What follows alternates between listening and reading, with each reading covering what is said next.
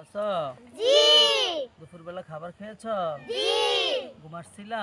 জি। সবার শরীর মন সবকিছু ভালো তো? জি।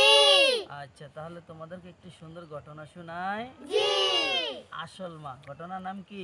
আসল মা আসল মা কে আর নকল মা কে? ঠিক আছে কথাটা?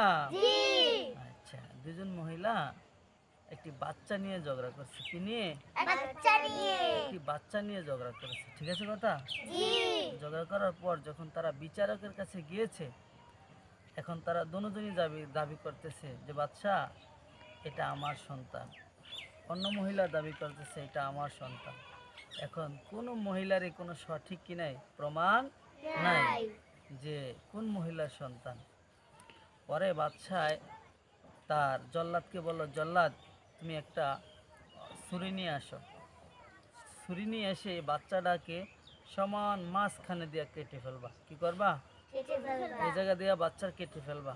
কেটে দুই মহিলাকে ভাগ করে দিবা, অর্ধেক অর্ধেক করে দুই মহিলাকে কি করবা? ভাগ করে দিবা।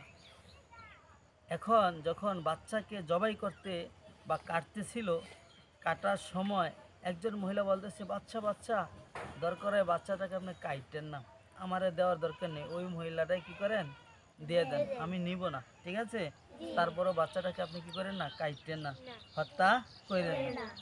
আর অপর যে মহিলা, ওই মহিলা চুপ করে রয়েছে, মহিলা কিছুই বলে না। এখন বাচ্চা বুঝে ফেলাইছে যে মহিলার মায়া লাগছে, যে মহিলার সন্তানটাকে জবাই করতে নিষেধ করছে, এটা মূলত ওই মহিলারই কি সন্তান, ঠিক না?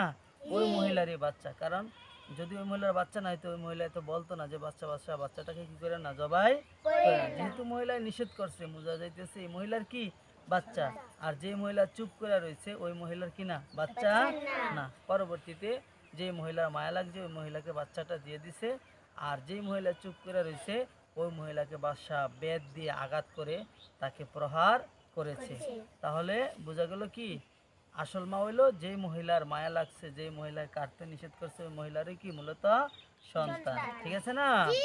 আচ্ছা, যদি ঘটনাটি ভালো লাগলে আপনারা সকলেই লাইক শেয়ার কমেন্ট করে দিবেন। সকলকে ধন্যবাদ। আসসালামু আলাইকুম।